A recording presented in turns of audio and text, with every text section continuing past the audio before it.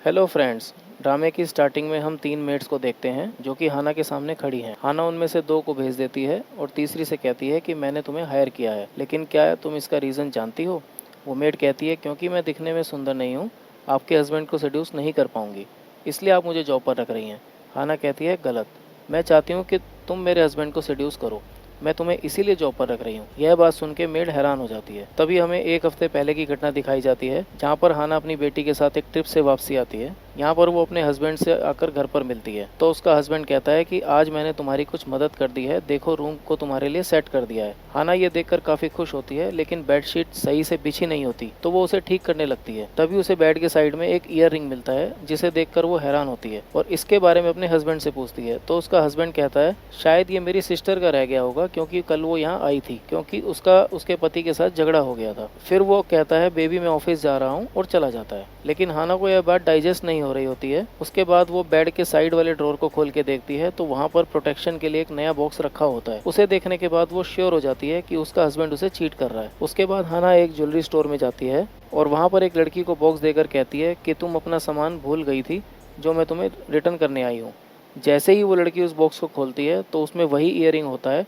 हाना कहती है कि तुम्हें क्या लगा था जोजो, क्या मुझे तुम्हारे बारे में कभी पता नहीं चलेगा? जोजो कहती है कि फाइनली अब तुम्हें मेरे बारे में पता चल ही गया है। तभी फ्लैशबैक में देखते हैं कि जोजो जब मिस्टर किम के साथ उनके घर पर होती है तो वह जानबूझकर अपने ईयरिंग को बेड के साइड में डाल देती है। जोजो पूछती है लेकिन तुम्हें ये कैसे पता चला कि वो लड़की मैं ही हूँ जिसके साथ तुम्हारे पति का अफेयर चल रहा है? हाना कहती है कि ये बात पता करना कुछ मुश्किल काम नहीं था, क्योंकि मेरे हस्बैंड एक नंबर के आलसी इंसान हैं। जिस शॉप से वो मेरे लिए बुके लाते हैं वहीं से वो दूसरा बुके तुम्हारे लिए भिजवा कर आते हैं। यह जानने के लिए बस मुझे एक कॉल करना पड़ा। जोजो कहती है कि तुम सच जान चुकी हो तो अब तुम अपने हस्बैंड को छोड़ दो, क्योंकि वो मुझसे प्यार करता है और मुझसे मैरिज करना चाहता है। यहाँ पर हाना कहती है कि मेरी मैरिज को 10 साल होने वाले हैं, तुम्हें क्या लगता है जो आदमी मेरा ना हो सका क्या वो तुम्हारा हो पाएगा? लेकिन जोजो उसकी बात को नहीं सुनती है। हाना कहती है कि वो शायद मुझे ना छोड़े, तुम्हारे साथ ऐसे ही अफेयर कर रहा है, तुम चाहो तो मैं प्रूव कर सकती हूँ कि वो तुम्हें कभी नहीं अपनाएगा। यहाँ पर वो अपने हस्बैंड किम को आवाज़ देकर बुला लेती है। जोजो और किम एक दूसरे को देखते रहते हैं तो हाना कहती है कि क्या आप इसे जानते हैं? लेकिन यहाँ पे किम मना कर देता है और हाना कहती है कि बेबी मेरी वेडिंग रिंग काफ़ी पुरानी हो गई है, मैं सोच रही हूँ कि एक नई वेडिंग रिंग खरीद लूँ, क्या तुम मुझे एक नई रिंग दिला दोगे? यहाँ पर वो उसे एक काफ़ी महंगी रिंग दिला देता है। ये देखकर जोजो को बुरा लगता है। नीचे आने पर हाना कहती है कि ये रिंग तो अच्छी है, लेकिन मुझे लगता है कि अब ये मेरे फिंगर में फिट नहीं आने वाली है। ये सुनकर किम कहता है कि शायद मैरिज में मैंने इतना ध्यान नहीं दिया है जितना तुमने दिया है, लेकिन मैं तुमसे एक और चांस मांगता हूँ, मैं इस मैरिज को पूरे दिल से निभाऊंगा। ऐसा कहकर उसे रिंग पहना देता है। यहाँ पर हाना सोचने लगती है क्या अपने हस्बैंड को दूसरा मौका देना चाहिए। उसके बाद उसे एक बैंक के मैनेजर के सामने दिखाया जाता है। यहाँ पर वो अपनी सेविंग्स के बारे में उससे पूछती है और साथ में उस रिंग को वहीं पे लॉकर में रखने के लिए कहती है। मैनेजर यहाँ पे कहने लगता है कि मैडम आपके अकाउंट में ज़्यादा पैसे नहीं हैं, क्योंकि आपके हस्बैंड ने 1 साल पहले उन सारे पैसों को निकाल लिया है। यह सुनकर वो हैरान हो जाती है। तभी एक लेडी आकर उन्हें बताती है कि ये रिंग भी नकली है। ये सुनने के बाद तो हाना के होश पूरी तरीके से उड़ जाते हैं कि उसके हस्बैंड ने उसे एक नकली रिंग दी है, यह कहकर कि ये बहुत एक्सपेंसिव है। हाना अपने हस्बैंड के दिए हुए हर गिफ्ट को चेक कराती है तो सारी की सारी चीज़ें नकली निकलती हैं। वो यहाँ पे इस बात को जानकर काफ़ी रोने लगती है और उसके बाद सारी ही चीज़ों में आग लगा देती है। उसे यहाँ पे बहुत बुरा लगता है कि उसके हस्बैंड ने उससे नकली लव ही नहीं किया, बल्कि उसे सारी की सारी चीज़ें भी नकली दी हैं। यहाँ तक कि वो उसकी बेटी के लिए लॉकेट लेकर आता है, वो भी नकली होता है। यहाँ पर वो गुस्से में पागल होने लगती है और फिर कहती है कि अब मेरी बारी है, मैं तुम्हें नहीं छोड़ूंगी, तुम्हें हर चीज़ की कीमत चुकानी होगी।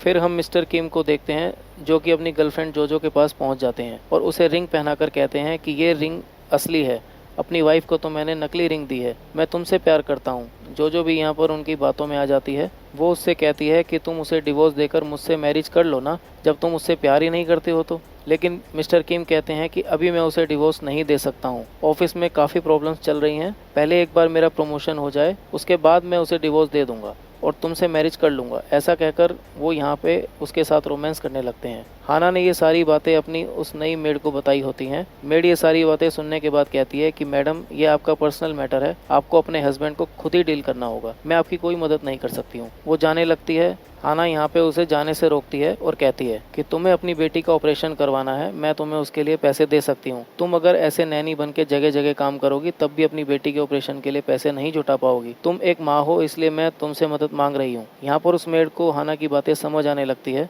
और वो कहती है कि हाँ, मैं आपकी मदद करूंगी, लेकिन हमें शुरुआत कहाँ से करनी है। तब हाना कहती है कि सबसे बड़ी शुरुआत तो यही है कि मुझे अपने हस्बैंड की सारी वीकनेस के बारे में पता है, मैं उसे बहुत अच्छी तरीके से जानती हूँ, अब मुझे वहीं से स्टार्टिंग करनी है। यहाँ पर वो उससे कहती है कि मैं तुम्हारा नाम मैरी रखूंगी और मैं तुम्हें एक नया लुक दूंगी ताकि मेरा हस्बैंड तुम्हें रिच समझकर तुम्हारे जाल में फंस जाए। हाना यहाँ पे मैरी का गेटअप चेंज करने के लिए उसके लिए काफ़ी सारे एक्सपेंसिव कपड़े खरीदती है, जिससे कि उसका लुक पूरी तरह से चेंज हो जाता है। रात को वो उसे अपने साथ घर लेकर आती है और अपने हस्बैंड से कहती है कि कुछ समय के लिए मेरी फ्रेंड यहीं पर रहेगी।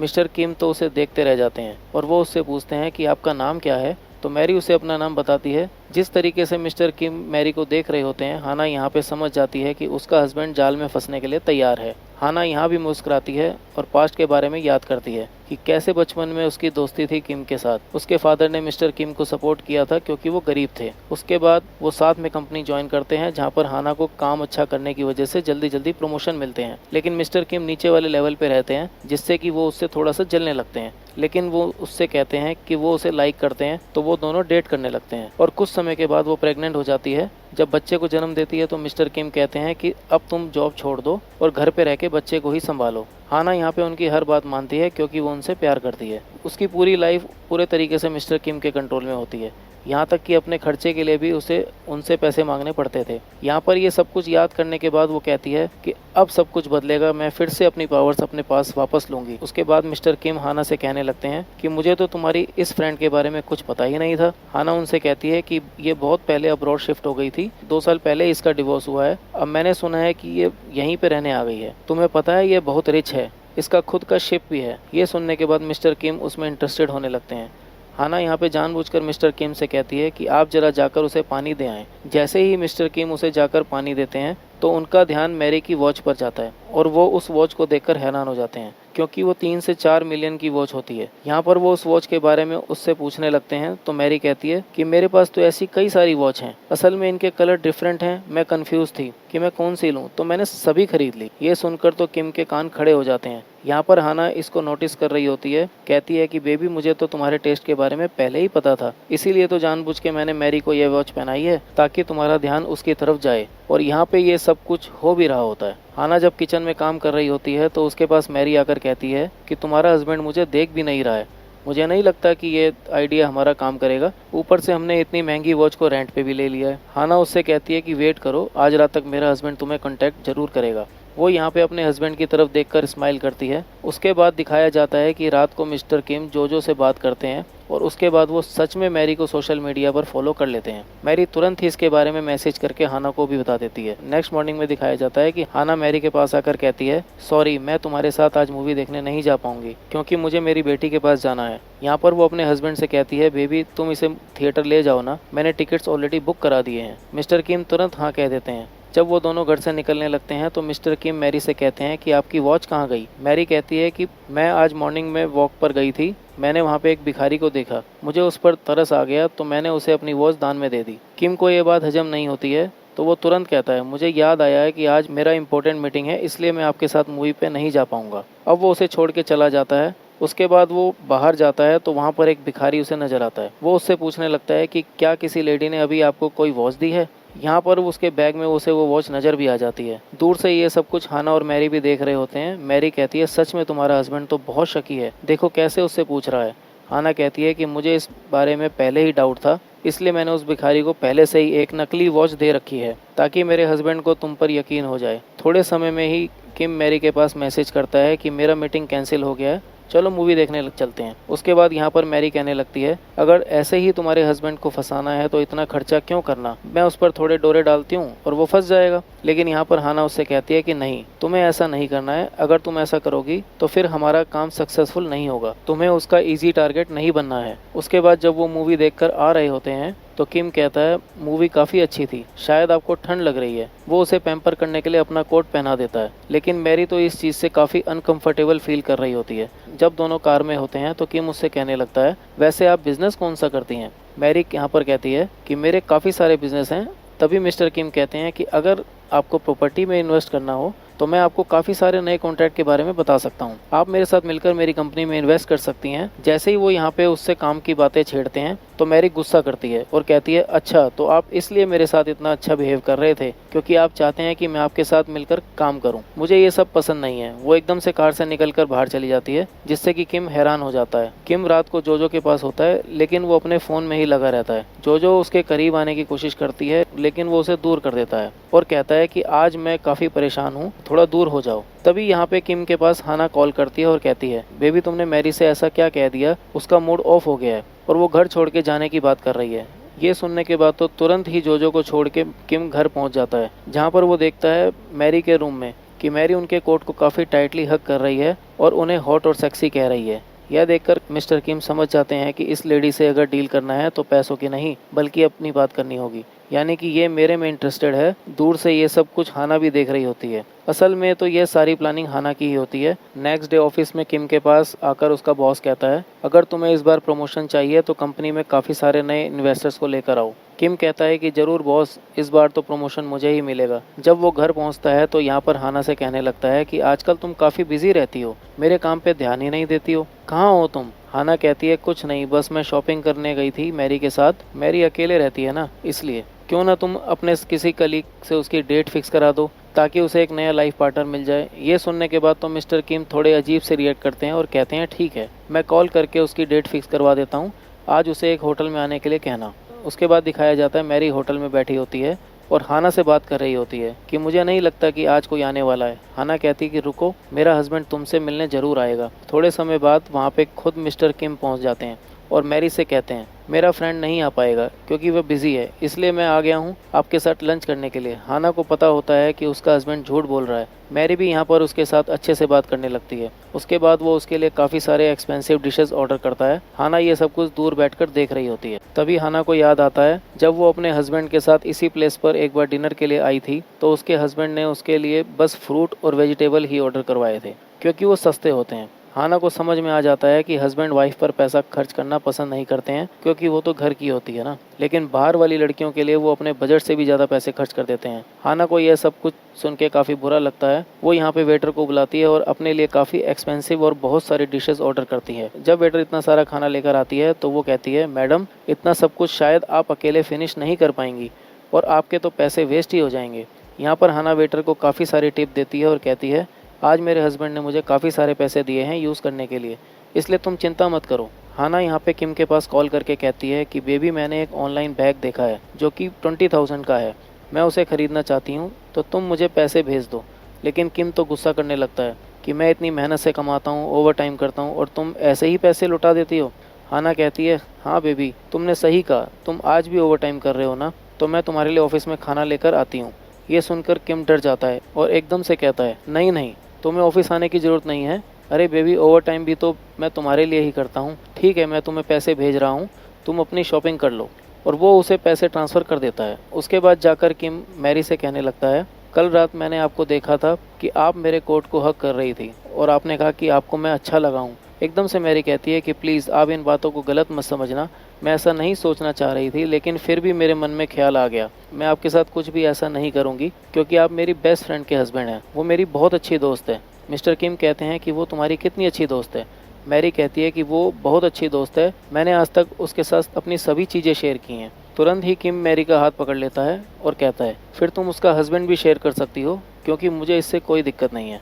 वो यहाँ पर ऐसा कहकर उसके साथ फ्लर्ट कर रहा होता है। हाना ये सब कुछ सुन रही होती है। उसे काफ़ी बुरा लगता है कि उसका हस्बैंड सच में बहुत नीच है। उसके बाद वो मैरी से कहता है कि मैं तुम्हें अपने विला पर लेकर चलूँगा। मैरी कहती है, क्या तुम्हारा कोई दूसरा घर भी है?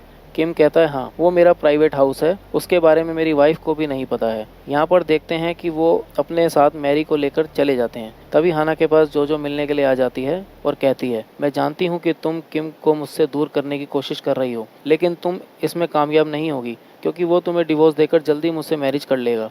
यहाँ पर हाना उसे वार्न करती है कि वो तुम्हारा पागल बना रहा है, प्लीज़ उसका पीछा छोड़ दो। और अपनी लाइफ में मूव ऑन करो। लेकिन जो उसकी बात नहीं सुनती है और कहती है कि तुम उसे मुझसे दूर कभी नहीं कर पाओगी और वो मुझसे ज़रूर मैरिज करेगा क्योंकि मैं प्रेग्नेंट हूँ। वो उसे अपनी प्रेगनेंसी के बारे में बताती है। ये बात सुनकर हाना एकदम से टूट जाती है, लेकिन फिर भी वो लास्ट में उससे यही कहती है कि वो आदमी तुम्हें धोखा दे रहा है, प्लीज़ उससे दूर रहो। लेकिन जो नहीं मानती है और कहती है कि उसने मुझे प्रॉमिस किया है कि वो इस सैटरडे मुझे बीच पर लेकर जाएगा। तुरंत ही हाना कहती है कि वो तुम्हें लेकर नहीं जाएगा। जो कहती है कि वो तुम्हारी बात क्यों मानने लगा, वो मुझे ज़रूर लेकर जाएगा। यहाँ पर हाना कहती है मैं अभी प्रूव करती हूँ कि वो तुम्हें लेकर कहीं नहीं जाएगा। हाना यहाँ पे मैरी के पास मैसेज करके कहती है तुम किम से कहो कि आज तुम उसके विला को देखने नहीं जा पाओगी, तुम सैटरडे को जाओगी। जैसे ही ये मैसेज मैरी के पास पहुँचता है तो मैरी ऐसा ही करती है और तभी किम जो को कॉल करके कहता है कि सैटरडे का प्लान कैंसिल कर दो क्योंकि मुझे कुछ ज़रूरी काम है।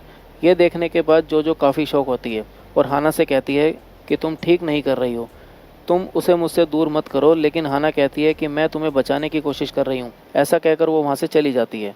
जो मिस्टर किम के ऑफिस में पहुँचकर उन्हें अपनी प्रेगनेंसी के बारे में बताती है तो वो हैरान हो जाता है और बच्चे का अबॉर्शन करने के लिए कहता है। लेकिन जो भड़क जाती है और कहती है कि मैं ऐसा नहीं करूँगी, सारे ऑफिस में बता दूँगी कि आपका मेरे साथ अफेयर है। आप मुझे धोखा क्यों दे रहे हैं? आपने तो कहा था कि आप अपनी वाइफ से प्यार नहीं करते हैं। तुरंत ही किम उसे शांत करने लगता है और कहता है नहीं बेबी, मैं तुमसे प्यार करता हूँ। चलो ठीक है, तुम इस बेबी को रख लो, लेकिन जब तक प्रमोशन नहीं हो जाता है तब तक मैं तुमसे मैरिज नहीं कर पाऊँगा। वो फिर से उसे अपनी बातों में ले लेता है। उसके बाद हम किम को उसके फ्रेंड शाओ के साथ देखते हैं, जहाँ पर वो उसे बताता है कि जो प्रेग्नेंट है। तो उसका फ्रेंड शाओ कहता है फिर आप उसे कैसे मैनेज करेंगे? किम कहता है मुझे उसकी कोई टेंशन नहीं है, अभी मेरा उसके साथ प्ले टाइम चल रहा है और कुछ समय बाद तो मैं यहाँ से काफ़ी दूर शिफ्ट हो जाऊँगा। यहाँ पर वो कहता है एक लड़की में सारे गुण हों ये मिलना बहुत मुश्किल है, इसलिए आपको अलग अलग लड़कियों की ज़रूरत पड़ती है। जैसे कि एक होनी चाहिए घर संभालने वाली जो कि मेरी वाइफ है, एक आपकी लवर होनी चाहिए जो कि जो है, और अब मुझे तीसरी लेडी भी मिल चुकी है जो कि शायद मेरी लाइफ पार्टनर बनेगी क्योंकि वो मेरी बिज़नेस पार्टनर भी बनेगी। यहाँ पर वो उसे मैरी के बारे में बताने लगता है कि मैरी कितनी रिच है। उसके बाद हम घर पर देखते हैं। डिनर के समय में हाना मैरी से पूछती है कि तुम्हारी डेट कैसी रही। मैरी कहती है कि डेट काफ़ी अच्छी थी। यहाँ पर तुरंत ही किम अपने पैरों से मैरी को टच करने लगता है। हाना कहती है बेबी, मैं तुम्हारे लिए जूस बना के लाती हूँ। जैसे ही हाना किचन में जाती है तो मैरी किम से कहती है ये आप क्या कर रहे हैं, आपकी वाइफ को पता चल जाएगा। किम कहता है कि उसे कुछ नहीं पता चलेगा, वो तो काफ़ी पागल है। लेकिन यहाँ पर हाना को सब कुछ पता होता है। वो यहाँ पे काफ़ी गुस्से में होती है और कहती है किम जो तुम्हें करना है तुम कर लो, लेकिन तुम्हें ये नहीं पता कि तुम मेरे गेम में फंस चुके हो। यहाँ पर वो उसके लिए जूस तो बनाती है लेकिन उसमें कोकरोच डाल के देती है और फिर बड़े प्यार से लाकर अपने पति को पिला देती है। आगे हाना को बॉक्सिंग करते हुए दिखाया जाता है। मैरी उससे कहती है कि अब आगे क्या करना है। हाना कहती है कि अपने प्लान में आगे बढ़ना है, अब कुछ ऐसा करना है जिससे कि मेरा हस्बैंड तुम्हारे बिजनेस में इन्वेस्ट करे और मुझे मेरे पैसे वापस मिल सकें। वो उसे एक फ़ाइल देती है। उसके बाद किम के साथ कार में मैरी को दिखाया जाता है। वो उसे अपने साथ डेट पर चलने के लिए कह रहा होता है, लेकिन तभी मैरी के पास कॉल आता है और फिर मैरी उस कॉल को रिसीव करने के बाद कहती है कि मैं तुम्हारे साथ डेट पर नहीं जा पाऊँगी क्योंकि मुझे एक मीटिंग में जाना है। तुरंत किम कहता है कि मैं भी तुम्हारे साथ चलता हूँ। उसके बाद दिखाया जाता है मैरी एक आदमी से बात कर रही होती है और उससे एक जेट बैटल लेती है। किम ये सब कुछ दूर से देख रहा होता है। जैसे ही वो आदमी जाता है तो मैरी के पास आकर बैठ जाता है और कहता है कि तुमने इस बैटल को कितने में ख़रीदा है। यहाँ पर मैरी कहती है कि पूरे 10 मिलियन में। ये सुनने के बाद वो बहुत शॉक हो जाता है और कहता है ऐसा इसमें क्या है कि तुमने इसे इतना महंगा ख़रीद लिया। यहाँ पर मैरी कहती है अरे यार, मैंने बस इसी एक स्टोन को नहीं ख़रीदा है बल्कि मैंने उस आदमी की माइंस को भी ख़रीद लिया है। मेरा माइंस का काम है, वो भी डायमंड्स वगैरह की, और मैं यही काम करती हूँ, इसमें मुझे बहुत प्रॉफिट होता है। किम यहाँ पे काफ़ी हैरान होकर उसकी बातों को सुन रहा होता है। उसके बाद किम को देखते हैं जो कि इसी बारे में रिसर्च कर रहा होता है। तभी उसका फ्रेंड आकर कहता है मैं ये क्या सुन रहा हूँ कि तुम किसी लेडी के साथ अपने पैसे इन्वेस्ट करने की बात कर रहे हो। अरे यार, वो 30 मिलियन है, ऐसे ही तुम किसी के साथ इन्वेस्ट कर दोगे क्या? किम कहता है मैं जानता हूँ, इसलिए मुझे तुम्हारी मदद चाहिए। उसके बाद हम देखते हैं किम को जो कि मैरी को अपने विला में लेकर आता है और उसके साथ अपने फ्रेंड को भी वहाँ पर बुला लेता है। वो यहाँ पे मैरी से कहता है कि मेरा फ्रेंड जो कि एक आर्ट गैलरी में वर्क करता है, यह तुम्हारे साथ बिजनेस करने की बात कर रहा है। अगर तुम अपने पैसे इसके यहाँ पर इन्वेस्ट करोगी तो तुम्हें काफ़ी अच्छा प्रॉफिट होगा। यहाँ पर वो लोग उसे इन्वेस्टमेंट करने के लिए कहते हैं, जिससे कि मैरी बहुत ज़्यादा शॉक हो जाती है। वो कहती है कि मैं बस अभी वॉशरूम होकर आती हूँ। जैसे ही वो वहाँ से जाती है तुरंत हाना को कॉल करती है और उसे ये सारी बातें बताती है। हाना कहती है कि वो कोई बिजनेस पर्सन नहीं है, वो तो उसका पीने वाला दोस्त है जो कि बार में उसके साथ बैठकर पीता है। वो लोग तुम्हें टेस्ट कर रहे हैं, तुम जाकर वहाँ पे कह दो कि तुम काफ़ी सारे पैसे इन्वेस्ट कर सकती हो, मैं तुरंत ही तुम्हारे पास पैसे भिजवा रही हूँ। मैरी वॉशरूम से बाहर आती है और कहती है कि मैंने डिसाइड कर लिया है कि मैं इस काम में ज़रूर इन्वेस्ट करूँगी, मेरे आदमी पैसे लेकर आते ही होंगे। उसके बाद हाना को दिखाया जाता है जो कि एक अजीब सी जगह पर जाती है। वहाँ पे सभी लोग गुंडे जैसे लग रहे होते हैं जो कि हाना को काफ़ी गौर से देखते हैं। हाना मिस्टर वांगू के टेबल के पास जाकर रुक जाती है। वांगू उसकी तरफ देखता भी नहीं है और कहता है, लगता है मैडम आपको पार्लर जाना है, तो पार्लर इससे आगे वाली दुकान में है। हाना कहती है, नहीं, मैं आपके पास ही आई हूँ क्योंकि मुझे लोन चाहिए। वांगू उसकी तरफ देखकर कहता है, माफ़ कीजिए, आप एक हाउसवाइफ हैं और हम लोग हाउसवाइफ को लोन नहीं देते हैं क्योंकि वो लोग चुका नहीं पाते हैं, इसलिए आप यहाँ से चले जाएं। लेकिन हाना जाने से मना करती है। वो कहती है कि पैसे तो मैं लेकर जाऊँगी आज। यहाँ पर वो एक कॉन्ट्रैक्ट उसकी तरफ कर देती है और कहती है कि मुझे पता है कि आप लोगों ने कितने लोगों के साथ गलत किया है, मैं चाहूँ तो आप लोगों के खिलाफ़ केस फाइल कर सकती हूँ। तुरंत ही वांगू उन पेपर्स को गौर से देखता है और फिर अपने आदमियों से कहता है, क्या तुमने इस तरीके से काम करना अभी तक बंद नहीं किया है? वो लोग कहते हैं कि बॉस, हम तो कब का बंद कर चुके हैं, शायद ये औरत पुराने डिटेल्स आपको दिखा रही है। वो यहाँ पर हाना को भगाने की कोशिश करता है। हाना कहती है कि तुम्हें मुझे पैसे देने से क्यों डर लग रहा है, मैंने कहा ना कि 1 महीने के अंदर मैं तुम्हें पैसे इंटरेस्ट के साथ लौटा दूंगी। वो यहाँ पर उससे कहती है कि शायद तुम्हें रेस करना पसंद है, तो मैं तुम्हारे साथ एक बैट लगाती हूँ, अगर मैंने तुम्हें हरा दिया तो तुम्हें मुझे पैसे देने होंगे। दोनों यहाँ पे कार रेस के लिए तैयार हो जाते हैं।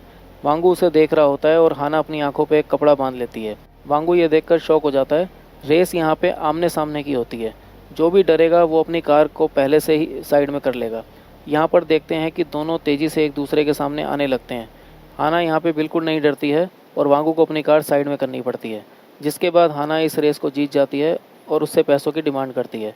वांगू उसे पैसे दे देता है और कहता है कि 1 महीने में आपको पैसे लौटाने होंगे वरना प्रॉब्लम हो जाएगी।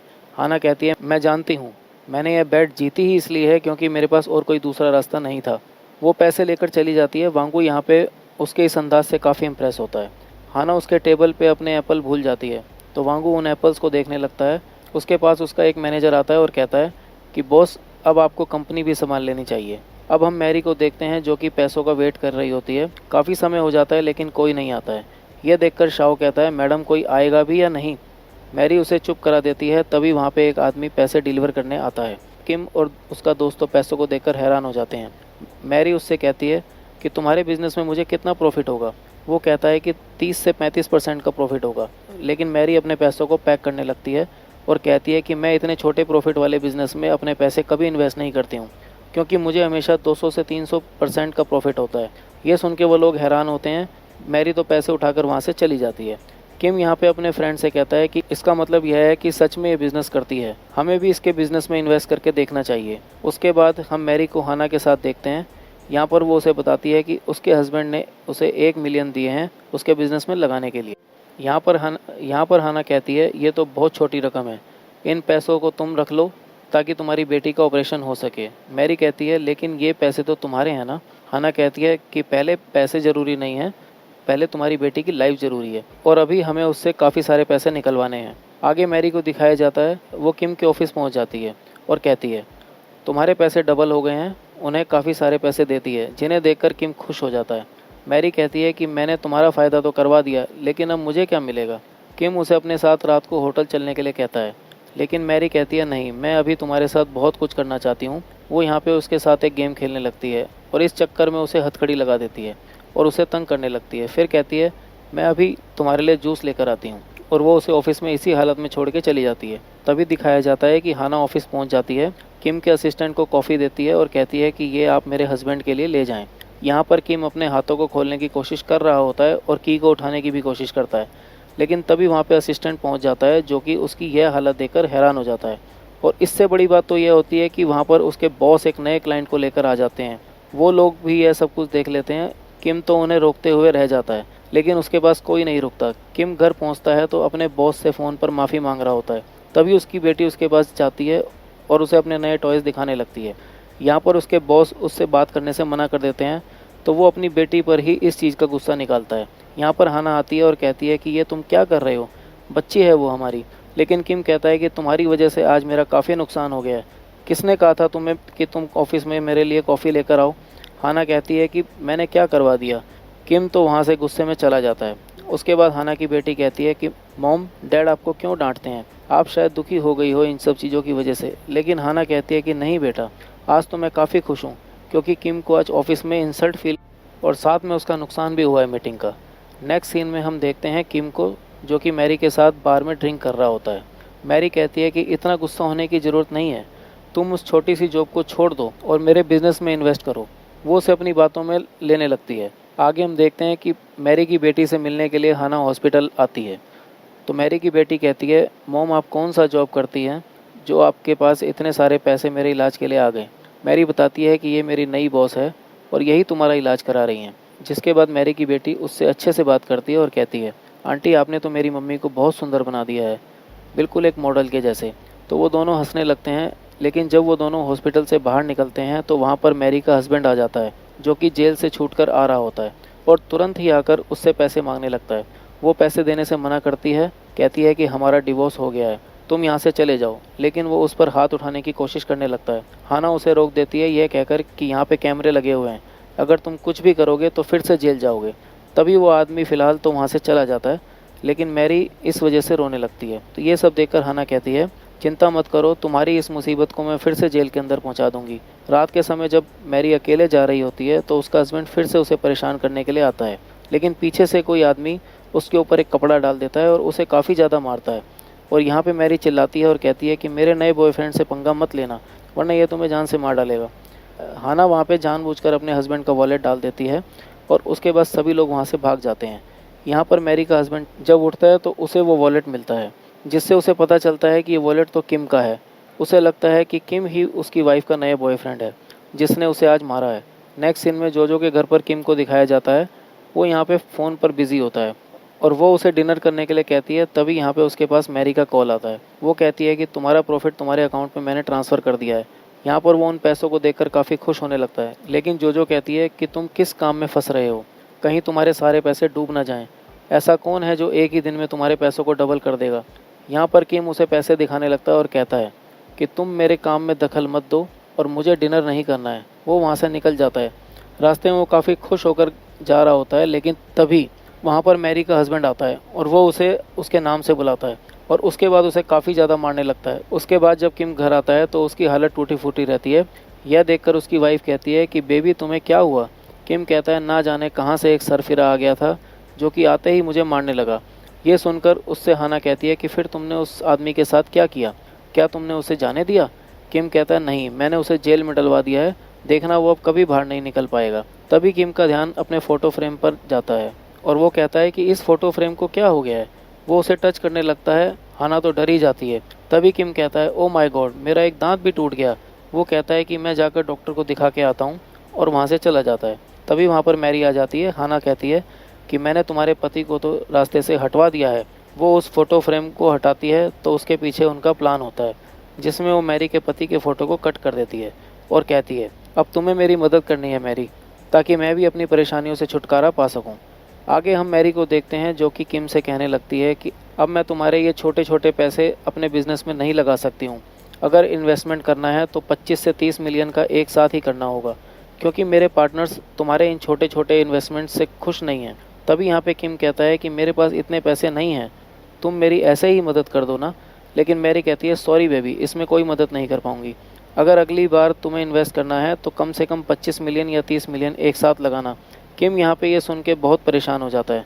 उसके बाद मैरी हाना से कहती है कि 1 वीक हो गया है, तुम्हारे हस्बैंड ने मुझे कांटेक्ट नहीं किया है। मुझे नहीं लगता है कि वो इतने सारे पैसे एकदम हमारे बिजनेस में इन्वेस्ट करेगा।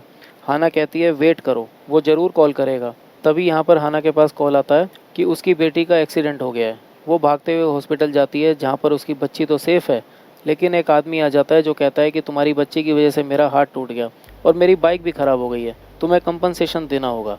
यहाँ पर वो काफ़ी सारे पैसों की डिमांड करने लगता है। वो लोग कहते हैं कि हमारे पास इतने पैसे नहीं हैं, शायद ये बाइक तुम्हारी नकली है। लेकिन वो कहता है कि मेरी सुपर बाइक है, तुम देख सकती हो। यहाँ पर वो लोग बाइक का प्राइस चेक करते हैं तो दोनों ही शॉक हो जाते हैं। हाना कहती है कि अभी थोड़े पैसे हैं, ये रख लो। लेकिन वो आदमी नहीं मानता है और कहता है कि अभी के अभी पूरे पैसे चाहिए। मैरी अपना लॉकेट निकाल कर देने लगती है, लेकिन वो कहता है कि इससे भी काम नहीं चलेगा। तभी वहाँ पे मिस्टर वांगू आ जाते हैं, जो कहते हैं कि ये क्या हो रहा है। वांगू को देखकर वो तो हैरान हो जाती है। यहाँ पर वो आदमी उसको बॉस कहता है और कहता है कि इन लेडीज़ की वजह से मेरा नुकसान हुआ है, तो मैं इनसे कंपनसेशन मांग रहा हूँ। लेकिन यहाँ पर वांगू कहने लगता है कि तुम अपनी नकली बाइक के लिए इनसे इतना ज़्यादा कंपनसेशन मांग कैसे सकते हो, तुम तो इनके साथ फ्रॉड कर रहे हो, तो इनसे माफ़ी मांगो। ये सुनकर उसका वो एम्प्लॉय शॉक होता है, लेकिन ऐसा ही करने लगता है। साथ में उन्हें कुछ और पैसे देता है क्योंकि उसने उनसे झूठ कहा था। यहाँ पर हाना वांगू को थैंक्स बोलती है, तो वांगू कहता है कि 1 महीना ख़त्म होने वाला है, इसलिए टाइम पे मेरा पैसा और इंटरेस्ट रिटर्न कर देना। हाना कहती है कि तुम्हें सब कुछ मिल जाएगा। वो वहाँ से आ जाती है। उसके बाद यहाँ पे वांगू से उसका आदमी कहने लगता है कि बॉस, ये तो ठीक है कि आप उस लड़की को पसंद कर रहे हैं और उसकी मदद कर रहे हैं, लेकिन आपने इस चक्कर में मेरी बाइक को झूठा क्यों कहा। यह सच में एक सुपर मॉडल बाइक है जो मैंने कुछ समय पहले ही ली है। वांगू उससे कहता है कि दुखी होने की ज़रूरत नहीं है, तुम मेरी सुपर कार रख सकते हो। ये सुनकर उसका वो एम्प्लॉय खुश हो जाता है। उसके बाद मैरी को देखते हैं, जो कि हाना से कहती है अगर पैसे नहीं लौटाए तो वो आदमी हमारे साथ क्या करेगा। मुझे तो उसकी आंखों से काफ़ी डर लग रहा था। हाना कहती है चिंता मत करो, पैसे तो हमें ज़रूर मिलेंगे। तभी यहाँ पे किम कॉल कर देता है मैरी के पास और कहता है मेरे पास सिर्फ 20 मिलियन है, क्या मैं इन्हें इन्वेस्ट कर सकता हूँ। लेकिन मैरी कहती है नहीं, कम से कम 25 मिलियन तो होने चाहिए। जिसके बाद किम अपने फ्रेंड से कुछ पैसे उधार लेने जाता है, लेकिन उसका फ्रेंड उसे पैसे देने से मना कर देता है। उसके बाद वो सोचता है कि कहाँ से पैसे अरेंज किए जाएं, तो यहाँ पर उसे जोजो का ख्याल आता है। उसके बाद वो जोजो के पास पहुँच जाता है। जोजो तो उससे नाराज़ होती है। वो कहता है कि मैं हमारे बेटे के लिए शू लाया हूँ। उसे मनाने लगता है, लेकिन जोजो कहती है कि तुम्हें तो ये बच्चा नहीं चाहिए था ना, अब तुम यहाँ पे क्या लेने आए हो, और तुम मुझे काफ़ी समय से अवॉइड भी कर रहे हो। यहाँ पे वो जोजो को मनाने लगता है और कहता है ऐसा नहीं है बेबी, मैं तुम्हारे और तुम्हारे होने वाले बच्चे के लिए ही परेशान था। मैं सोचता हूँ कि अपनी वाइफ को जल्दी से डिवोर्स दे दूँ, लेकिन उससे पहले मुझे एक प्रोजेक्ट में इन्वेस्ट करना है। मेरे पास थोड़े पैसे कम पड़ रहे हैं, अगर तुम मुझे पैसे दे दो तो मेरी मदद हो जाएगी। जोजो यहाँ पे कहती है लेकिन मेरे पास इतनी बड़ी रकम नहीं है, मैं तुम्हें कैसे दे पाऊँगी। किम कहता है कि तुम ज्वेलरी शॉप में काम करती हो, तो वहाँ अकाउंट के कुछ पैसे निकाल कर मुझे दे दो, मैं तुम्हें 1 वीक के अंदर रिटर्न कर दूँगा। वो उसे अपनी बातों में फंसाने लगता है। पहले तो जोजो मना कर देती है कि अगर तुम पैसे समय पर नहीं दे पाए तो मुझे जेल हो जाएगी। किम कहता है कि मैं तुम्हें और अपने बच्चे को कुछ नहीं होने दूंगा। जैसे ही मेरी वो डील पूरी हो जाएगी, उसके बाद मैं अपनी वाइफ को डिवोर्स दे दूंगा और तुमसे मैरिज करूंगा। तुम जानती हो ना कि मैं तुम्हें कितना चाहता हूँ। वो उसे अपनी बातों में फंसा लेता है, तो जोजो उसकी मदद करने के लिए तैयार हो जाती है। नेक्स्ट डे जोजो उसे पैसे लाकर देती है। किम उसे प्यार से हक करता है और वहाँ से चला जाता है। तभी देखते हैं जोजो के पास मिस्टर वांगू आ जाते हैं। असल में वो जोजो के ब्रदर हैं। वो जोजो से कहते हैं कि अब फैमिली के बिज़नेस को मैंने अपने हाथों में ले लिया है, तो तुम्हें घर वापस आ जाना चाहिए। पर जोजो कहती है कि मुझे उस घर में वापस नहीं जाना है। जब से मॉम और डैड का डिवोर्स हुआ है, मुझे वहाँ पे रहना अच्छा नहीं लगता है। यहाँ पर वांगू उसे समझाता है ठीक है, अगर तुम वहाँ नहीं जाना चाहती हो, लेकिन तुम ऐसी छोटी मोटी जॉब्स क्यों करती हो, हम लोग कितने रिच हैं तुम्हें पता नहीं है क्या। वो जोजो को अपने साथ चलकर एक अच्छी जगह पर रहने के लिए कहते हैं। तो जोजो कहती है कि मुझे नहीं रहना है कहीं पर भी जाकर, मुझे एक इंसान मिल गया है जो कि मुझे एक फैमिली देगा, जिससे मैं प्यार करती हूँ। यहाँ पर वो याद करने लगती है किम के बारे में। जब जोजो को पता चला था कि किम ऑलरेडी मैरिड है और उसका एक बच्चा भी है, तो वो उससे रिश्ता ख़त्म कर देती है। लेकिन उसके पास किम आता है और कहता है कि आज तुम्हारा बर्थडे है, मैं तुम्हारे साथ आखिरी बार तुम्हारा बर्थडे सेलिब्रेट करना चाहता हूँ। मैं तो अपनी वाइफ से प्यार ही नहीं करता हूँ, मजबूरी में उससे शादी कर रखी है। मुझे सच्चा प्यार तुमसे हुआ है, और तुम भी तो एक पूरी फैमिली और घर चाहती हो ना। वो बात मैं तुम्हारे साथ शुरू करना चाहता हूँ, प्लीज़ तुम मुझे एक मौका दो, मैं उसे डिवोर्स देकर तुमसे मैरिज कर लूँगा। यहाँ पे वो उसे केक दिखाकर कहता है कि मैं तुम्हारे घर के सपने को पूरा करूँगा और तुम्हें एक फैमिली दूंगा, और अपनी बातों में ले लेता है। ये सब कुछ वो सोचते हुए अपने ब्रदर से कहती है कि जल्दी मैं अपनी फैमिली स्टार्ट करने वाली हूँ, इसलिए मुझे कहीं भी आकर रहने की ज़रूरत नहीं है, और मेरे पास जितने पैसे हैं मैं उतने में खुश हूँ, क्योंकि वो इंसान मुझसे सच्चा प्यार करता है। वांगू उससे पूछता है कि वो कौन है, मुझे उससे मिलवाओ, लेकिन वो कहती है कि सही समय पे मैं आपको उससे मिलवाऊंगी। नेक्स्ट सीन में मैरी के पास पैसे पहुंच जाते हैं, तो मैरी काफ़ी खुश होती है। हाना कहती है कि उसने अपना विला सेल नहीं किया है, लेकिन पैसे अरेंज कर लिए हैं, शायद उसने किसी से पैसे उधार लिए हैं। इधर जो परेशान होती है, वो किम को कई बार कॉल करती है ताकि वो उसके पैसे रिटर्न कर दे, लेकिन किम सुनता ही नहीं है और ना ही उसका फ़ोन उठाता है। तो जो यहाँ पे अपना एक्सपेंसिव बैग वगैरह अपने एक फ्रेंड को सेल करने लगती है, ताकि ऑफिस से चुराए हुए पैसों को पूरा कर सके, वरना उसे जेल हो जाएगी। यहाँ पर उसकी फ्रेंड उस सामान को देखकर कहती है कि यार ये सारी चीज़ें तो नकली हैं, शायद तुम्हारे बॉयफ्रेंड ने तुम्हें धोखा दिया है। सुनने के बाद तो वो काफ़ी शॉक हो जाती है। मैरी के साथ किम होता है, तभी वहाँ पे जोजो आ जाती है और उनसे बात करने की कोशिश करती है। मैरी कहती है किम से कि ये लड़की कौन है। वो कहता है कोई नहीं है, मैं इससे बात करके आता हूँ, आप कार में जाकर बैठिए।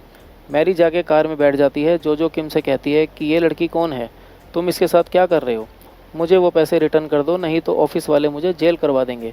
किम कहता है कौन से पैसे, और तुम हो कौन, मैं तो तुम्हें जानता भी नहीं हूँ, क्या सबूत है तुम्हारे पास कि मैंने तुमसे पैसे लिए हैं। वो तो उसे सरेआम धोखा दे देता है, जिससे कि जोजो हैरान हो जाती है। उससे कहती है कि मेरे पास तुम्हारा बेबी है, फिर भी तुम मेरे साथ ऐसा क्यों कर रहे हो।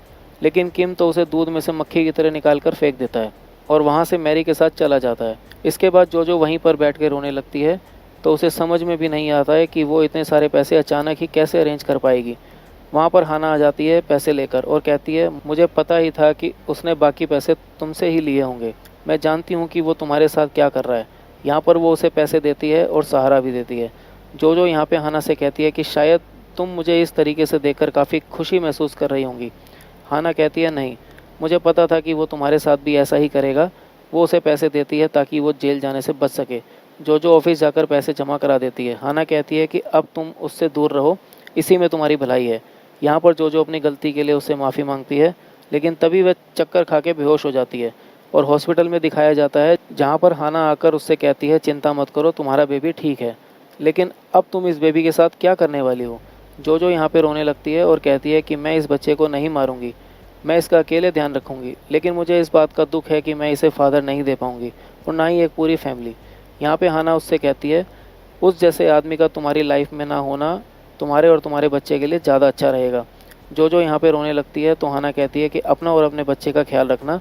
उसके बाद जोजो के पास वांगू आता है और वो उसकी ये हालत देखता है तो कहने लगता है कि कौन है वो आदमी, उसके बारे में मुझे बताओ। जोजो कहती है कि उसने मुझे धोखा दिया और वो काफ़ी ज़्यादा रोने लगती है। आगे घर पे हाना को दिखाया जाता है जो कि अपनी 10th एनिवर्सरी के लिए खुद केक बना रही होती है। तो उससे मैरी कहती है कि ये सब कुछ तुम खुद ही क्यों कर रही हो। हाना कहती है कि क्योंकि इससे मेरी यादें जुड़ी हुई हैं। फर्स्ट एनिवर्सरी पे मैंने खुद केक बनाया था और उस दिन मेरे फादर ने मुझे ये घर गिफ्ट किया था और साथ में अपनी सेविंग्स भी।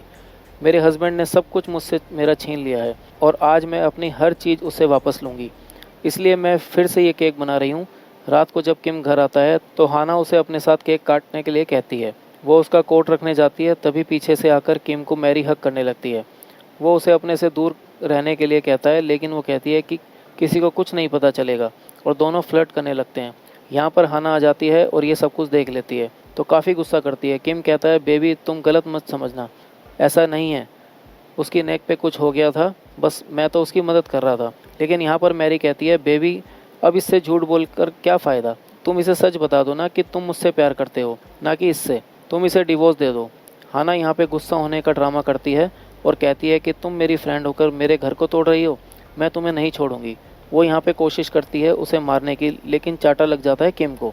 ये देखकर यहाँ पे मैरी भी उसे मारने की कोशिश करती है, लेकिन वो भी किम को ही मारती है। दोनों ऐसे दिखाते हैं जैसे कि आपस में झगड़ रहे हैं, लेकिन इसी बीच वो टारगेट किम को ही कर रहे होते हैं। यहाँ पर हाना उसके सिर पे वेस फोड़ देती है तो मैरी उसके सिर पे ड्रिंक की बोतल, जिससे कि यहाँ पे किम की हालत बुरी हो जाती है। किम उन दोनों को फाइट करने से रोकने लगता है तो हाना नाइफ उठा लेती है और कहती है मैं तुम्हारी जान ले लूँगी, तुम मेरी फैमिली को तोड़ रही हो। दिखाती तो वो ऐसे है कि जैसे वह मैरी को टारगेट कर रही है, लेकिन उसका असली टारगेट तो उसका हस्बैंड होता है। यहाँ पे वो उन्हें बुरी तरीके से डरा देती है। मैरी यहाँ पे चिल्लाने लगती है और कहती है कि किम ये औरत पागल हो गई है, तुम इसे डिवोर्स दे दो। यहाँ पर हाना कहती है कि ये ऐसा नहीं करेगा, ये मेरा हस्बैंड है, लेकिन किम कहता है कि हाँ मैं तुम्हें डिवोर्स दे रहा हूँ और वो उसे धक्का देकर वहाँ से चला जाता है। उसके बाद वो दोनों डिवोर्स पेपर साइन करने के लिए बैठते हैं तो किम कहता है कि हमारे अकाउंट में सिर्फ 10 लाख हैं, उनमें से 5 लाख तुम्हारे होंगे और 5 लाख मेरे। हाना कहती है कि ऐसा कैसे हो सकता है, उसमें तो काफ़ी सारे पैसे थे। लेकिन किम कहता है कि वो सब खर्च हो गए हैं, जो है उसमें से सिर्फ इतना ही मिलेगा। हाना कहती है ठीक है, लेकिन मैं ये घर चाहती हूँ। किम घर देने से मना कर देता है तो मैरी कहती है दे दो ना, ये छोटा सा घर ही तो है, इसके बाद मैं तुम्हें अपने साथ अपने घर ले चलूँगी। यहाँ पर हाना कहती है जब तक मुझे घर नहीं मिलेगा मैं डिवोर्स पेपर पे साइन नहीं करूँगी। मैरी की बात सुनकर किम उसे घर भी दे देता है और यहाँ पे वो डिवोर्स पेपर पे साइन कर देती है। हाना को फिर काफ़ी खुश और ड्रिंक करते हुए दिखाया जाता है। वो सर्वेंट्स को बुलाती है और कहती है इस घर में मेरे हस्बैंड की जो भी चीज़ है उसे उठाकर घर से बाहर फेंक दो, और इस वेडिंग फ़ोटो को भी।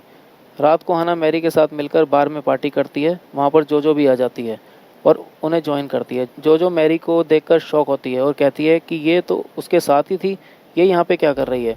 हाना उसे फिर सारी बातें बता देती है कि ये सब कुछ हमारी ही प्लानिंग थी। सब कुछ जानने के बाद जोजो कहती है कि तुम लोगों ने उसके साथ अच्छा किया, आज तुम्हारा डिवोर्स हो गया है ना। हाना चलो जम के पार्टी करते हैं। लेकिन हाना उसे सॉफ्ट ड्रिंक पीने के लिए कहती है क्योंकि वो प्रेग्नेंट है। लेकिन मैरी और हाना खुद बहुत ज़्यादा पी लेते हैं। उसके बाद जोजो कहने लगती है, हाना आज किसी के साथ तो तुम्हें मज़े करने चाहिए, आखिरकार अब तुम सिंगल हो चुकी हो। मैं तुम्हारे लिए एक मेल मॉडल को बुला देती हूँ। यहाँ पे हाना कहती है कि तुम सही कह रही हो, अब मुझे अपनी लाइफ में अच्छे से एंजॉय करना चाहिए। तुम बुलाओ किसी को भी, मैं उसके साथ आज नाइट स्पेंड करूँगी, लेकिन मैं पहले ज़रा वॉशरूम होके आती हूँ। यहाँ पर जोजो को पता चलता है कि उसका ब्रदर उसे ढूंढने यहाँ पर आ गया है, इसीलिए तो वो वहाँ से भाग जाती है। यहाँ पर मिस्टर वांगू उस एरिया में पहुँच जाते हैं और अपनी सिस्टर को ढूंढने लगते हैं, लेकिन तभी हाना उनसे टकरा जाती है। हाना को देखकर वो कहते हैं कि आप यहाँ पर क्या कर रही हैं। हाना यहाँ पे देखती है कि मिस्टर वांगू तो जोजो के पास ही कॉल मिला रहे हैं। उसे ऐसा लगता है कि शायद जोजो ने इसी मेल मॉडल को बुलाया है। वो यहाँ पे कहती है कि तुम काफ़ी हैंडसम हो, मुझे यह नहीं पता था कि तुम पैसे के लिए ये काम भी करते हो, लेकिन आज रात मैं तुम्हारे साथ काफ़ी मज़े करूँगी। वो यहाँ पे उसे अपने साथ रूम में ले जाती है और यहाँ पे मिस्टर वांगू के साथ रोमांटिक होने लगती है। उन्हें तो वो पहले से ही पसंद थी, इसलिए वो भी अपना कंट्रोल खो देते हैं। मॉर्निंग में जब उनकी आंखें खुलती है तो वो देखते हैं हाना को। हाना कहती है कि कल रात को जो कुछ भी हुआ था उसे ज़्यादा माइंड मत करना, वैसे मेरा डिवोर्स हो चुका है, इसलिए कल मैंने एंजॉय किया था। वो कहती है कि मैं तुम्हें पैसे दे दूँगी। यहाँ पर वो उसके सामने बैग लाकर रख देती है, तो मिस्टर वांगू कहते हैं कि तुम मुझे क्या समझती हो जो मुझे ऐसे पैसे दे रही हो। हाना कहती है कि ये तुम्हारे पैसे हैं जो तुमने मुझे दिए थे, अब मैं इन्हें तुम्हें रिटर्न कर रही हूँ, वो भी इंटरेस्ट के साथ। ये देखकर मिस्टर वांगू उससे और भी ज़्यादा इम्प्रेस हो जाते हैं। उसके बाद हाना काफ़ी सारे पैसे मैरी को देती है और कहती है कि तुम अपनी बेटी का इलाज आराम से करा पाओगी और अब उसे एक अच्छे स्कूल में भी पढ़ा लेना। मैरी ये सुन के काफ़ी खुश होती है। मैरी के पास किम का कॉल आता है और वो कहता है, बेबी मेरे पैसे डबल कब तक हो जाएंगे। मैरी कहती है, इस महीने के एंड तक तुम्हारे अकाउंट में सारे पैसे आ जाएंगे। आगे हाना को जोजो के साथ कार में दिखाया जाता है। तभी यहाँ पे जोजो कहने लगती है कि किम तो इसी तरफ आ रहा है, जिसके बाद हाना कार से बाहर निकल के खड़ी हो जाती है। किम उसे देखकर कहता है कि तुम यहाँ पे क्या कर रही हो। हाना कहती है कि तुम्हें इससे क्या, मैं कहीं भी जा सकती हूँ, अब हमारा कोई रिश्ता नहीं है। किम कहता है कि कौन तुम्हारे साथ रिश्ता रखना चाहता है। देखो जब से मैंने तुमसे अपनी मैरिज तोड़ी है मेरी लाइफ बहुत ज़्यादा चेंज हो गई है। मैंने करोड़ों की कार खरीद ली है और उसके साथ साथ मैं अपनी एक नई कंपनी को स्टार्ट करने वाला हूँ, क्योंकि एम ग्रुप मेरे साथ कॉन्ट्रैक्ट साइन कर रहा है। हाना को वो बढ़ चढ़कर अपनी बातें बताने लगता है। हाना कहती है कि मुझे तुमसे कोई मतलब नहीं है, तुम यहाँ से चले जाओ। उसके बाद वो कहने लगता है कि हाँ, हम दोनों 10 साल साथ रहे हैं, उसमें एक ही काम अच्छा हुआ है कि तुमने मेरे घर को अच्छे से मैनेज किया है। तुम वो काम तो अच्छे से कर पाई, लेकिन वो जोजो, वो तो इस लायक भी नहीं थी, क्योंकि वो तो एक सेल्स गर्ल थी। वो जोजो की बुराई करने लगता है। जोजो गुस्से में कार से बाहर आने की कोशिश करती है, लेकिन हाना उसे कार से बाहर नहीं आने देती है। जब किम वहाँ से चला जाता है तो जोजो कहती है, मेरा मन कर रहा था कि मैं इसे 2 चांटे लगाऊं। हाना कहती है, अभी समय है, इसकी बर्बादी के लिए कुछ दिन रह गए हैं, इसे खुश होने दो। उसके बाद हाना और मैरी जा रहे होते हैं जोजो के घर, लेकिन वो काफ़ी चलते हैं फिर भी उनको जोजो का घर नज़र नहीं आता है। इसलिए वो उसे कॉल करके कहते हैं कि तुम्हारा घर कहाँ है, हम कब से इस गार्डन में घूम रहे हैं। जोजो कहती है कि ये गार्डन मेरा ही है, तुम लोग आगे आओ, उसके बाद मेरा घर तुम्हें नज़र आ जाएगा। ये सुन के वो दोनों शौक होते हैं। जब वो लोग जोजो से मिलते हैं और उसके घर को देखते हैं तो कहने लगते हैं कि तुम तो एक सेल्स गर्ल थी, तुम्हारा इतना बड़ा घर कहाँ से आ गया। उन्हें जोजो बता देती है कि वो बांगू की सिस्टर है, जो कि एम ग्रुप के हेड हैं। ये जानकर वो दोनों काफ़ी हैरान होते हैं। तभी यहाँ पे हाना कहने लगती है कि कितना बुरा हुआ ना किम के साथ, उसने तुम्हें छोड़ दिया। अगर उसे तुम्हारी इस अमीरी के बारे में पता होता तो ना जाने क्या हो जाता। तभी यहाँ पर हाना कहने लगती है, फिर तो हम कुछ ऐसा करेंगे जिसके बाद वो तुम्हें तुम्हारे असली रूप में देखेगा और उसका चेहरा देखने लायक होगा। जोजो की सच्चाई जानने के बाद यहाँ पे मैरी कहने लगती है, ओ माय गॉड, कितना बुरा हुआ किम के साथ, उसने गलती से एक अमीर लड़की को छोड़ दिया एक गरीब लड़की के लिए। वो मुझे अमीर समझता है, लेकिन उसे तुम्हारी सच्चाई नहीं पता है। अगर उसे तुम्हारी सच्चाई पता चल गई तो क्या होगा। हाना कहती है कि ये झटका तो हमें उसे देना ही चाहिए, उसका फेस देखने लायक होगा। नेक्स्ट सीन में हम किम को देखते हैं, जो कि काफ़ी ज़्यादा ड्रिंक कर लेता है। उसका फ्रेंड उसे संभाल रहा होता है और कहता है कि तुमने इतनी क्यों पी ली। किम कहता है कि अब मुझे पैसों की टेंशन नहीं है, 2 दिन बाद देखना मैं कितना रिच हो जाऊंगा। यहाँ पर वो अपनी नई कार को अपने फ्रेंड को शो ऑफ करने लगता है। उसके बाद किम को एक पार्टी में दिखाया जाता है। यहाँ पर वो कुछ लोगों को अपनी टीम ज्वाइन करने के लिए कहता है और कहने लगता है कि मेरे जैसा सक्सेसफुल बनना है तो काफ़ी मेहनत करनी होगी। तभी वहाँ पे उसका फ्रेंड आ जाता है और कहता है कि एम ग्रुप की हेड आने वाली है, सुना है कि उनका डायरेक्टर आ रहा है। यहाँ पर किम खुश हो जाता है कि आज तो उसकी लाइफ बदलने वाली है। लेकिन जैसे ही वहाँ पर जोजो आती है तो वो उसकी इंसल्ट करने लगता है, ये कहकर कि तुम मेरा काम ख़राब करने आई हो क्या, चलो यहाँ से हट जाओ। जोजो कहती है कि तुम जिसका वेट कर रहे हो तुम उसी को यहाँ से हटने के लिए कह रहे हो। अगर मैं चली गई तो फिर एम ग्रुप का प्रोजेक्ट तुम्हारे साथ कौन साइन करेगा। यहाँ पर सबके होश उड़ जाते हैं। यहाँ पर आकर उसका गार्ड कहता है कि यही तो एम ग्रुप की डायरेक्टर हैं जो आपके साथ कॉन्ट्रैक्ट साइन करने आई हैं। किम के तो पैरों तले ज़मीन खिसक जाती है। यहाँ पर उसका फ्रेंड कहता है ये तो तुम्हारी गर्लफ्रेंड है ना यार, तुम इससे बात करो, अगर प्रोजेक्ट साइन नहीं हुआ तो क्या होगा। तुरंत किम अपना बिहेव चेंज कर देता है और जोजो से प्यार से बात करते हुए कहता है, बेबी लास्ट टाइम मुझसे मिस्टेक हो गई, पुरानी बातों को भूल जाओ, अब हमें एक नई शुरुआत करनी चाहिए। जोजो कहती है हाँ तुमने बिल्कुल सही कहा, नई शुरुआत तो करनी चाहिए, लेकिन मुझे अब अपनी नई शुरुआत अकेले करनी है। और वो यहाँ से चली जाती है। जिसके बाद सभी लोग किम के पीछे पड़ जाते हैं कि तुम्हारा तो कोई कॉन्ट्रैक्ट साइन नहीं हो रहा है एम ग्रुप के साथ और तुमने इस कंपनी में हमारे पैसे लगाए हैं, चलो जल्दी से हमारे पैसे रिटर्न कर दो। किम यहाँ पर सबको शांत कराकर कहता है कि मैं अभी तुम लोगों को पैसा लौटा दूंगा। वो मैरी को कॉल करके कहता है कि मैं प्रॉब्लम में फंस गया हूँ, मेरे कुछ पैसे अभी मेरे अकाउंट में ट्रांसफ़र कर दो। सभी लोग उसे फ़ोन स्पीकर पर रखने के लिए कहते हैं तो मैरी कहती है कि मैं तुम्हें कोई पैसे नहीं देने वाली हूँ क्योंकि मैं तुम्हारे पैसे लेकर भाग गई हूँ। और वो उन लोगों से कहती है कि दोस्तों इसने तुम्हें धोखा दिया है तो तुम जम के इससे हिसाब करना। इसके बाद वो लोग बुरी तरह से किम को पीटने लगते हैं और किम का फ्रेंड भी उसे अकेला छोड़कर भाग जाता है। किम को काफ़ी ज़्यादा चोटें लगी होती हैं इसलिए वो लंगड़ा कर चल रहा होता है। तभी उसके सामने हाना आ जाती है। किम उसे देखकर कहता है कि बेबी मैंने बहुत बड़ी बड़ी गलतियाँ की है अपनी लाइफ में और सबसे बड़ी गलती ये थी कि मैंने तुम्हें छोड़ दिया। तुम्हें पता है तुम्हारी उस फ्रेंड ने भी मुझे धोखा दिया है, वो मेरे पैसे लेकर भाग गई है। यहाँ पर हाना कहती है कि मैं जानती हूँ क्योंकि उसे ये सब काम करने के लिए मैंने ही कहा था। किम तो हैरान हो जाता है। हाना उसे सारी बातें बताती है कि किस तरीके से मैरी को वो उसकी लाइफ में लेकर आई थी। सारी बातें सुनने के बाद किम को गुस्सा आता है और वो कहता है तुम इतनी निर्दयी निकलोगी ये मैंने सोचा नहीं था, तुमने मुझे धोखा दिया है। हाना उसे धक्का देती है और कहती है इस धोखे की शुरुआत तुमने की थी, तुमने तो प्यार के नाम पर मुझे सिर्फ धोखा दिया, मुझे क्या हमारे बच्चे को भी धोखा दिया। मैंने तो सिर्फ तुम्हारे साथ हिसाब पूरा किया है, जो तुमने मुझसे लिया था वो सब कुछ मैंने तुमसे वापस ले लिया। यहाँ पर वो उसे अकेले ही छोड़ के चली जाती है। किम चिल्लाकर कहता है कि मैं तुम्हें नहीं छोड़ूंगा, मैं अपनी चीज़ें तुमसे ज़रूर वापस लूँगा। रात को किम ये सारी बातें अपने फ्रेंड से डिस्कस करता है और कहता है कि मेरे पास कुछ नहीं बचा है, मैं बर्बाद हो गया हूँ। उसका फ्रेंड कहता है कि तुम्हें जोजो के पास जाना चाहिए, वो तुम्हारे बच्चे की माँ बनने वाली है, उसे फिर से बच्चे का बहाना करके अपने जाल में फंसा लो। जिसके बाद नेक्स्ट डे किम जोजो के पास पहुँच जाता है। जोजो कहती है कि यहाँ पे तुम क्या लेने आए हो, चले जाओ यहाँ से। वो यहाँ पे एक लॉकेट दिखाकर कहने लगता है कि मैं जानता हूँ कि मैंने तुम्हारे साथ गलत किया है, लेकिन मैं अपने बच्चे के लिए लॉकेट लाया हूँ। शायद तुम मुझे माफ़ ना करो, लेकिन मैं अपने बच्चे से बहुत प्यार करता हूँ, तो ये तुम उसे मेरी तरफ से दे देना। वो उसके सामने रोने का ड्रामा करने लगता है और कहता है कि मैं अपने बच्चे को अपना प्यार भी देना चाहता हूँ, तो क्या तुम मुझे एक्सेप्ट करोगी। जोजो कहती है तुम सही कह रहे हो, मुझे तुम्हें एक चांस देना चाहिए, लेकिन इस बारे में मैं अपनी बेस्ट फ्रेंड से पूछना चाहूँगी। वो तभी हाना को कार से बाहर आने के लिए कहती है। किम तो ये देखकर हैरान हो जाता है कि वो दोनों एक साथ हैं। जोजो यहाँ पे हाना से कहती है कि क्या मुझे इसे एक चांस देना चाहिए हमारे बच्चे के नाम पर। हाना कहती है मुझे नहीं लगता कि ये आदमी इस लायक है, अगर ये तुम्हारे लिए कुछ भी करने को तैयार है तो तुम्हें इसे एक चांस देना चाहिए। ये सुनकर किम खुश हो जाता है और जोजो से कहता है कि मैं तुम्हारे लिए कुछ भी करूँगा। जोजो कहती है अगर ऐसा है तो तुम अभी डॉग की तरह भौंक कर दिखाओ।